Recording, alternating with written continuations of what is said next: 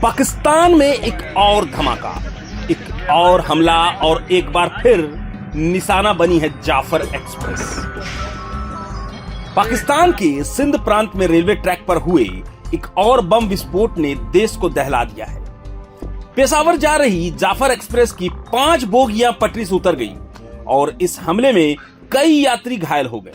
घायलों को तुरंत अस्पताल ले जाया गया, लेकिन पीछे छूट गए हैं डरावने सवाल। बलूच रिपब्लिक गार्ड्स ने ली है।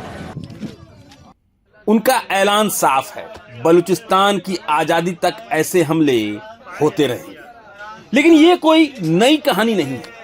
जाफर एक्सप्रेस के लिए यह सफर मौत का सफर बनता जा रहा है।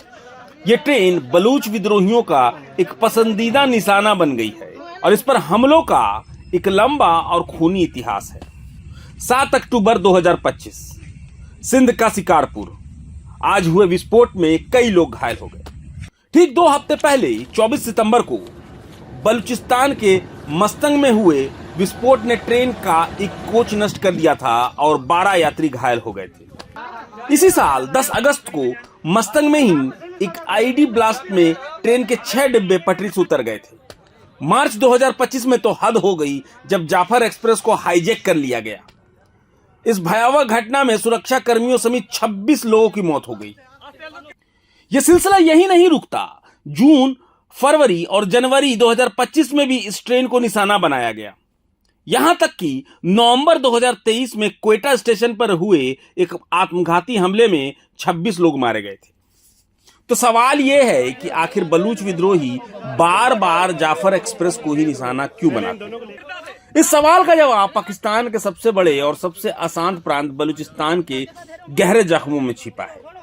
बलूच राष्ट्रवादी दशकों से आजादी की मांग कर रहे हैं। उनका आरोप है कि पाकिस्तानी सेना ने हजारों बलूच युवाओं को गायब कर दिया है और उनके प्राकृतिक संसाधनों का शोषण कर पाकिस्तान के दूसरे हिस्सों को अमीर बनाया जा रहा है। और इसी संघर्ष के केंद्र में है जाफर एक्सप्रेस। यह ट्रेन सिर्फ आम यात्रियों को ही नहीं बल्कि बड़ी संख्या में पाकिस्तानी सेना के जवानों को भी लेकर जाती है। पंजाब और खैबर पख्तून से आने वाले सुरक्षा कर्मियों के लिए यह एक प्रमुख जरिया है। इसी वजह से बलूच लिबरेशन आर्मी जैसे विद्रोही समूहों के लिए यह ट्रेन एक चलता फिरता सैन्य निशाना है।